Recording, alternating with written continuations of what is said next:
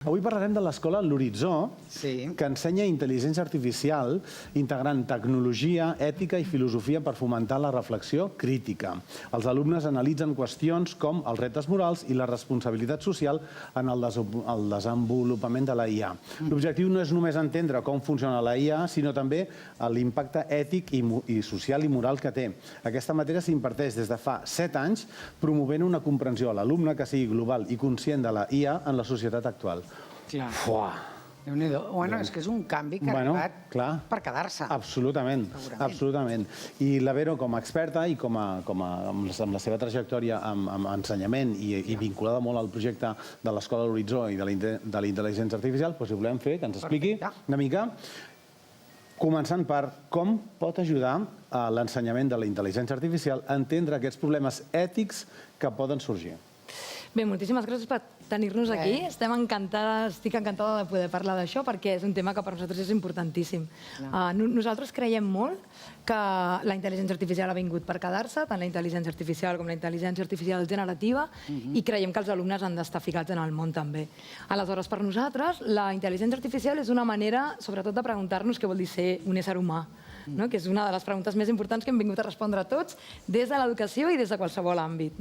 Aleshores, per nosaltres, com molt bé ha dit el Josep, no és només una qüestió tècnica, no és només una qüestió de pensament computacional, sinó que nosaltres li donem un enfocament molt 360, en el sentit que per nosaltres la intel·ligència artificial té molt a veure amb la filosofia, la capacitat de ser crítics, amb la capacitat de fer-se bones preguntes, també amb la literatura. Moltes vegades a literatura llegim novel·les distòpiques que ens porten en un futur on la tecnologia ho ha arrasat tot, i què passa i com podem ser crítics també amb aquest tipus de societats. I aquest és l'enfocament que nosaltres fem a l'escola. No només des de la tecnologia i des de les mates, sinó una mica com des d'una vessant molt més transversal. Anem a aquests 7 anys que fa que l'escola L'Horitzó està ensenyant IA, intel·ligència artificial, quan gairebé ningú no se'n parlava. Què és el que va fer que aquesta escola, l'escola L'Horitzó, arrenquéssiu? És que l'escola té aquest objectiu, mirar el món, entendre i avançar-se una miqueta. Nosaltres no podem educar en una bombolla. Hem d'entendre que els nostres alumnes estaran en el món i segurament estaran en un món que nosaltres no sabem exactament com serà. Aleshores, és una missió una mica incerta, però nosaltres els hem de dotar de les habilitats i de les capacitats per poder-se enfrontar al món, passi el que passi. Aleshores, nosaltres fa 7 anys ens vam adonar molt clarament que la intel·ligència artificial havia vingut per quedar-se i necessitàvem primer formar-nos nosaltres i entendre molt bé què volia dir aquesta intel·ligència artificial i quines implicacions tindria en el món en el que sortirien el nostre alumnat i aleshores poder-los dotar d'aquestes eines. Al final és mirar fora què fan i no centrar tant aquí. I nosaltres ens vam adonar, vam ser molt pioneres amb això i ens vam adonar que a l'estat espanyol i a Catalunya no hi havia massa escoles que fessin això, amb la qual cosa vam haver de mirar fora. Llavors nosaltres seguim uns programes que venen de Boston, que venen de Londres i ens hem emmirallat una mica, sobretot amb dades, no estem fent res, no estem fent cap experiment, tot el que estem fent ho fem molt contrastat i amb molta dada i coses que ja s'han provat a fora abans i nosaltres el que fem és adaptar-ho una mica, exactament, integrar-ho a la nostra pedagogia i a la nostra cultura, diguéssim, que no és la mateixa que l'estadounidenca. Anava a dir, per tant, com ens ho expliques, l'experiència és positiva o molt positiva, però sí que ens agradaria saber l'acollida que té això des de... Jo com a pare, que tinc un nen de 15 i un nen de 12, quasi 13, els pares com ho viuen, això, de saber que l'escola ja està fent molta cosa amb intel·ligència artificial o bastanta cosa amb intel·ligència artificial? Les famílies en general estan encantades perquè també s'adonen d'això, que qualsevol feina que fan ells també està molt...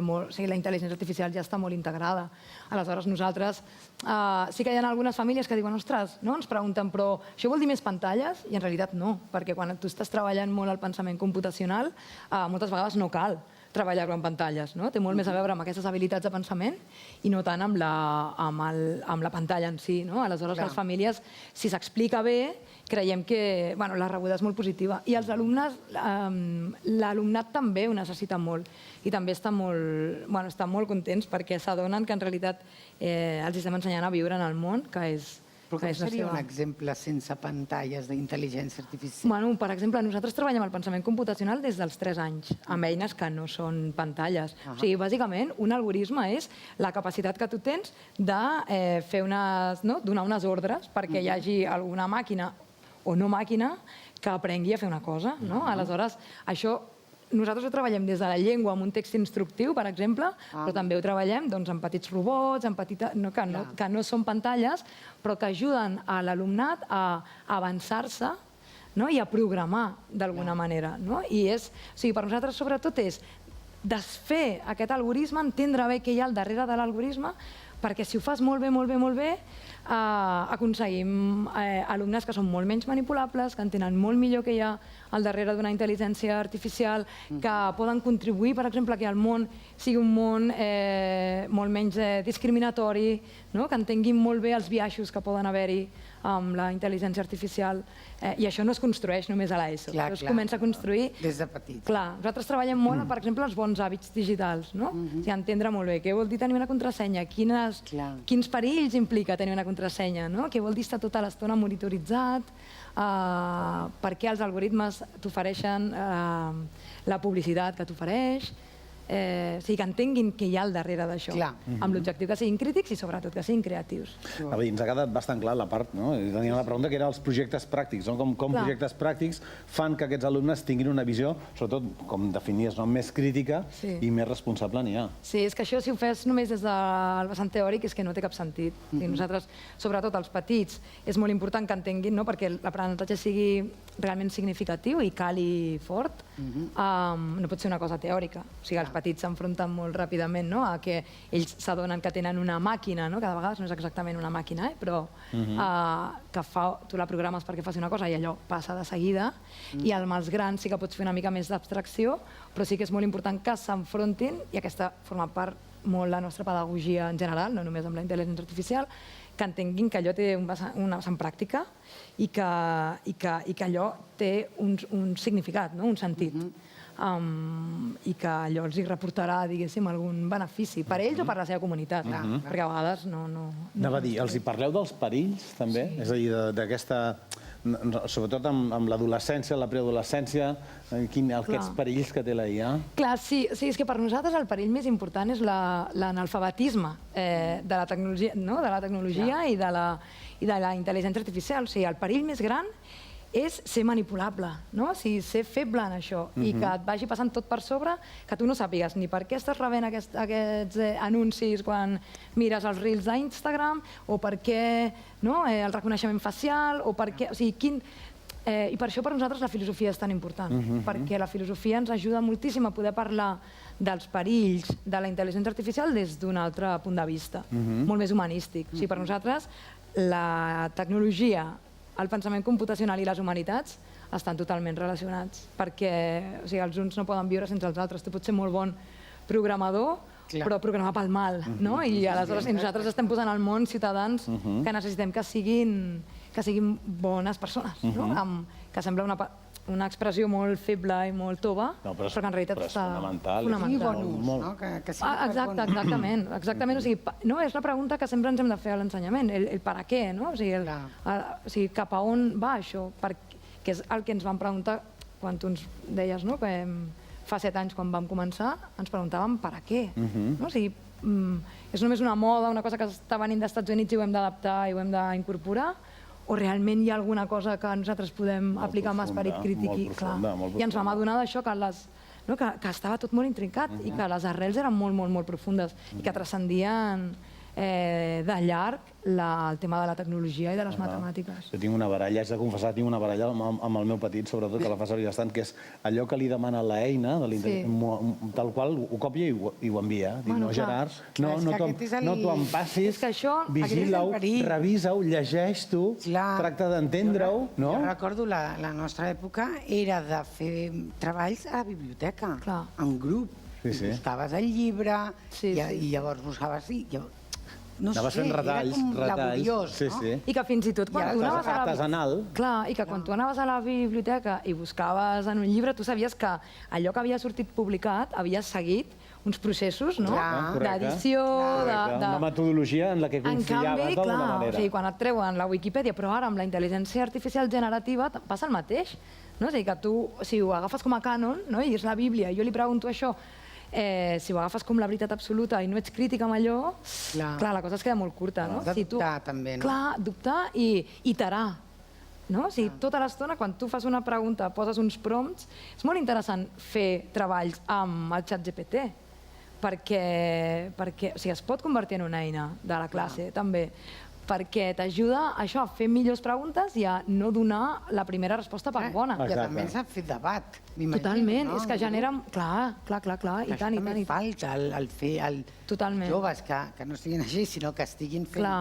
Parlant entre ells i mirant-se als ulls, sí. Nosaltres a l'escola sempre diem que hi ha moments d'àgora i hi ha moments de claustre, no? O sigui, hi ha moments d'àgora en què tu comparteixes el coneixement i t'enriqueixes, no? I estàs a l'àgora grega, o sigui, estàs allà enriquint-te de tot el que succeeix i de les converses. Hi ha moments de claustre que és que tu t'has d'enfrontar també a soles amb el coneixement, no? I ara, però és que nosaltres com a mestres ho fem, nosaltres quan dissenyem projectes, jo quan faig projectes tinc el ChatGPT com si fos el meu company de feina i vaig tenint converses amb ell. És agafar-ho com una secretària, un secretari, un recolzament. És un complement, és un complement. I que en moltes coses sap més que tu, però tu has de ser molt bo fent-li preguntes i entenent el per a què un altre cop, no? I verificant que allò és el que vols fer, no? És això, esperit crític i esperit creatiu. Jo faig servir molt la metàfora del Sherpa.